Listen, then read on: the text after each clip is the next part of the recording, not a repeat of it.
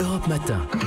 Figure libre avec vous, Maxime Switek. Les figures libres sont annoncées. Sébastien Krebs, l'international et un anniversaire qui réveille donc les passions autour de l'État d'Israël, le centenaire de la déclaration Balfour. Oui, petit rappel, Maxime, 2 novembre 1917, le ministre des Affaires étrangères britannique, Lord Balfour, signe cette lettre adressée à la communauté juive, 67 mots qui vont changer le cours de l'histoire. Le gouvernement de Sa Majesté envisage favorablement l'établissement en Palestine d'un foyer national pour le peuple juif.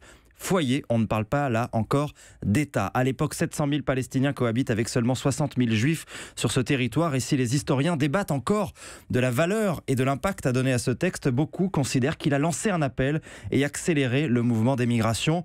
Premier soutien officiel d'une grande puissance au mouvement sioniste, célébré d'un côté comme la pose de la première pierre de l'État d'Israël, proclamé 30 ans plus tard, dénoncé de l'autre comme le péché originel menant à des décennies de souffrance pour des Palestiniens dépossédés de leur terre. 100 ans plus tard, évoquer, commémorer cette déclaration Balfour ravive forcément les passions entre deux visions de l'histoire, toujours irréconciliables. Le gouvernement palestinien a réclamé à l'ONU des excuses au Royaume-Uni. Theresa May, bien au contraire, a rétorqué qu'elle commémorerait avec fierté cet anniversaire.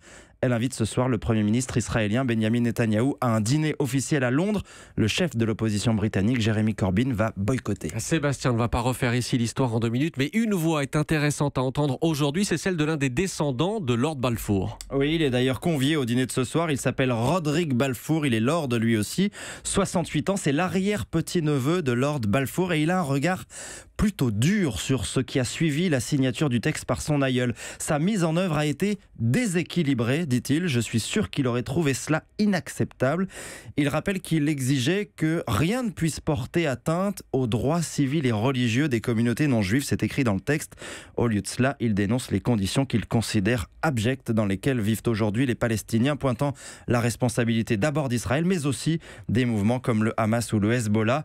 Alors comment être optimiste 100 ans après, la question des frontières reste inextricable. La colonisation israélienne qui continue amoindrit l'espoir d'une solution à 2 États. Et si côté palestinien, le Hamas tente bien de se rabibocher avec le Fatah, plus modéré, il n'abandonne pas pour autant la lutte armée et ne reconnaîtra jamais Israël.